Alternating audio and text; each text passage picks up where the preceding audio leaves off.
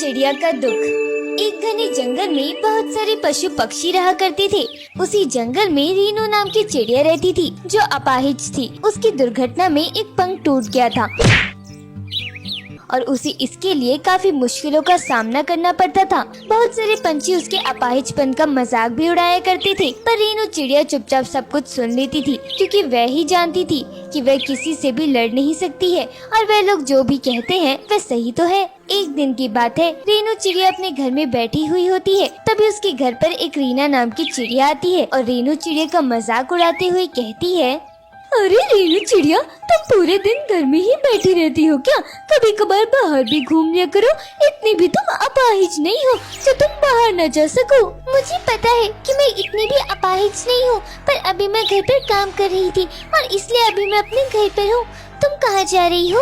मैं तो घूमती ही रहती हूँ। मेरा जहाँ मन होता है मैं वहाँ चली जाती हूँ। मैं तुम्हारी तरह अपाहिज तो हूँ नहीं जो कहीं आ जा नहीं सकती हूँ।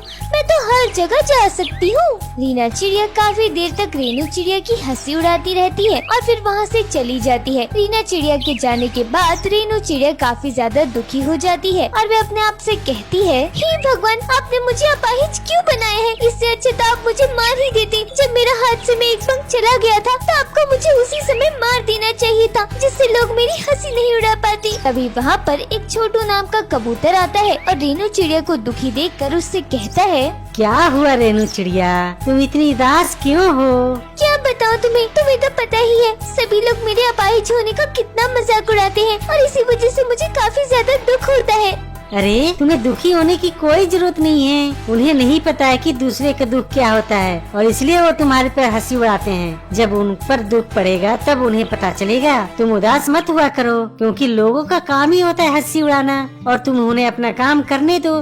तुम अपना काम में लगा रहा करो। हाँ, तुम एकदम ठीक कह रहे हो। मुझे दूसरों की बातों पर ध्यान नहीं देना चाहिए और अपने काम पर ही ध्यान देना चाहिए, क्योंकि लोगों का काम ही होता है कि वे दूसरों की हंसी उड़ाएं और उन्हें दुख पहुंचाएं। इसके बाद छोटू कबूतर और रेनू चिड़िया काफी देर तक बातें करते रहते हैं और फिर छोटू कबूतर वहाँ से चला जाता है। छोटू कबूतर के जाने के बाद रेनू चिड़िया अपने घर का काम कर लेती है और फिर अपने लिए दाना लेने के लिए चली जाती है।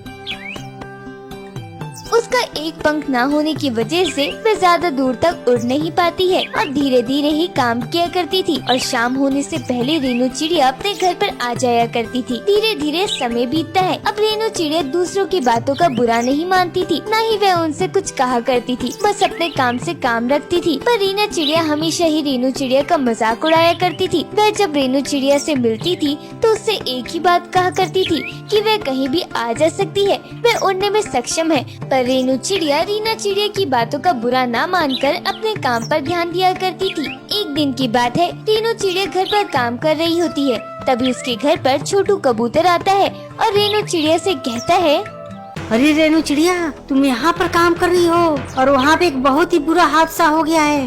क्या हो गया है? मुझे तो कुछ भी नहीं पता है, क्योंकि तुम्हें तो पता ही है मैं कहीं भी आ जा नहीं सकती हूँ। हाँ, मुझे पता है तुम कहीं आ जा नहीं सकती हो, पर तुम्हें पता है रीना चिड़िया का एक्सीडेंट हो गया है और हादसे में उसका एक पैर और एक पंख कट गया है, जिसकी वजह से वो अपाहिज हो गई है। अच्छा, ऐसी बात है? ये कब हो गया? मुझे तो कुछ पता ही नहीं चला। ये तो बहुत ही बुरा हुआ। हाँ, हुआ तो बहुत ही बुरा।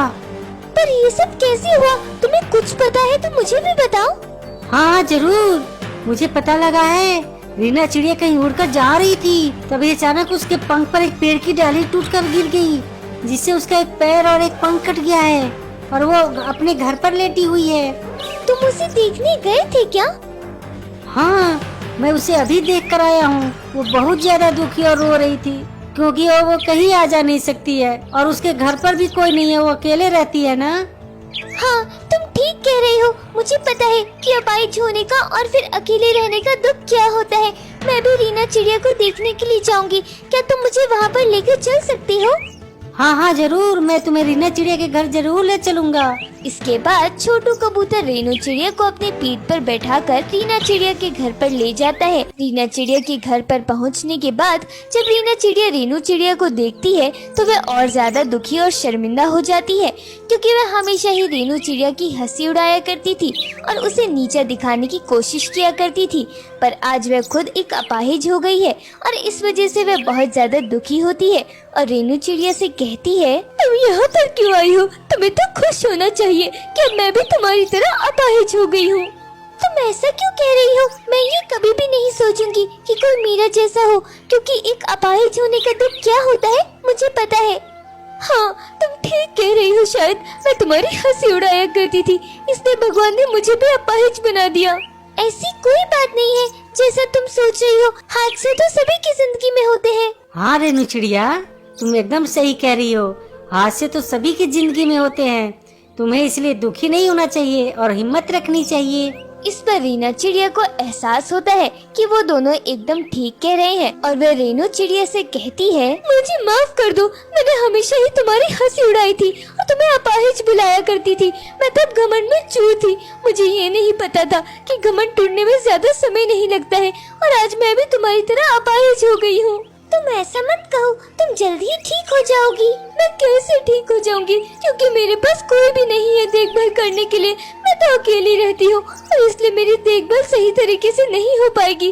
तो मेरा ठीक होना मुश्किल ही लगता है कि मैं ठीक भी हो पाऊंगी कभी। तुम ऐसा क्यों कह रही हो? मेरे घर पे भी कोई नहीं था, पर मैं अकेली ही ठीक हो गई। पर चिंता मत करो, मैं तुम्हारे साथ ही रहूंगी जब तक तुम ठीक नहीं होगी। हाँ रेनू चिड़िया, एकदम ठीक कह रही हो। जब तक तुम ठीक नहीं होती तब तक तुम्हारा ध्यान रखेगी। यह सुनकर रेनू चिड़िया बहुत ज्यादा खुश हो जाती है और छोटू कबूतर भी रेनू चिड़िया की बातों को सुनकर बहुत ज्यादा खुश होता है। अच्छा, अब मैं चलता हूँ। तुम रीना चिड़िया का आराम से ध्यान रखो। और इसके बाद छोटू कबूतर वहाँ से चला जाता है।